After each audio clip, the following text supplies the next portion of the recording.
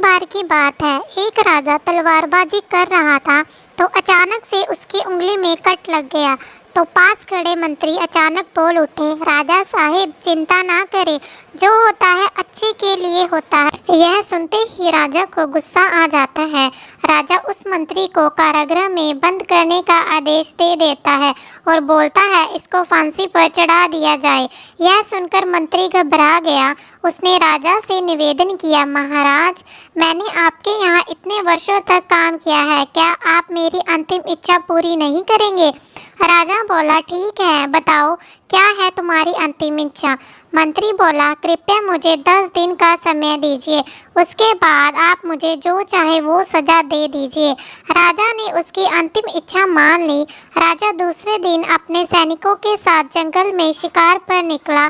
जंगल के बीच में राजा अपने सैनिकों से बिछड़ गए और रास्ता भटक गए।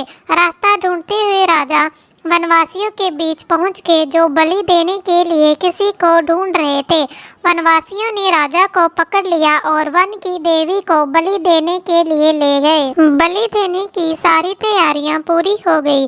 जैसे ही राजा को बलि देने के स्थान पर ले जाया गया, वहाँ खड़े बुजुर्ग की नज़र राजा की खंडित उंगली पर पड़ी। उसने आवाज़ लगाई, ये तो खंडित है, इसकी बलि नहीं दी जा सकती।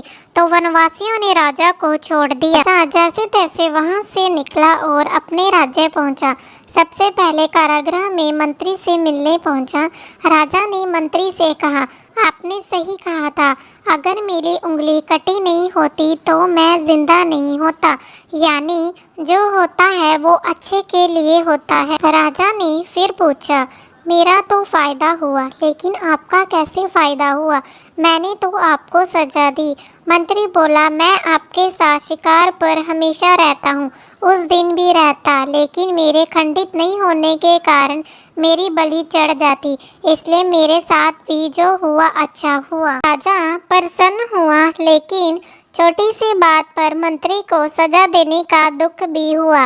इसलिए राजा ने मंत्री को कारागृह से निकलकर फिर से अपने साथ रख लिया।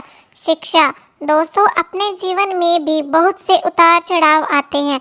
कभी कभी कुछ चीज़ें हमारे मुताबिक नहीं होती। इस कारण से हमें कभी भी निराश नहीं होना चाहिए। हमेशा याद रखें, जो होता है अच्छे के लिए होता है।